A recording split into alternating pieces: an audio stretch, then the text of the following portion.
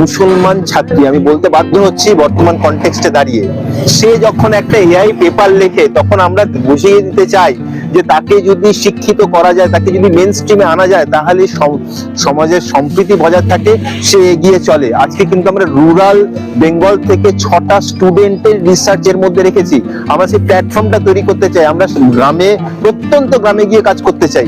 আমরা এখানে রেখেছি সবচেয়ে বড় সিইও অমিতাভ রে থেকে ইন্দ্রনীল দাস, সবচেয়ে বড় এডুটেক হেডস বিধান দাস থেকে শুরু করে আমাদের সেন্ট জেভিয়ার্স এর মারিও স্যার এখনো রয়েছেন, হ্যাঁ, তাদের লেখা এর মধ্যে রয়েছে।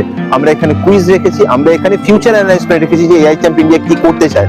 আমরা কিন্তু কখনোই বলছি না যে আমরা কমার্শিয়াল স্টার্টআপ, যে আমাদের পয়সা চাই, আমরা দেখেছেন সিটি কলেজে পড়িয়েছি আমরা বিনা পয়সায়। আমরা কখনোই বলছি না যে পয়সা ছাড়া আমরা কাজ করবো না। আমরা এটা বলছি যে সমাজের সর্বস্তরের কাছে এআই পৌঁছে দাও,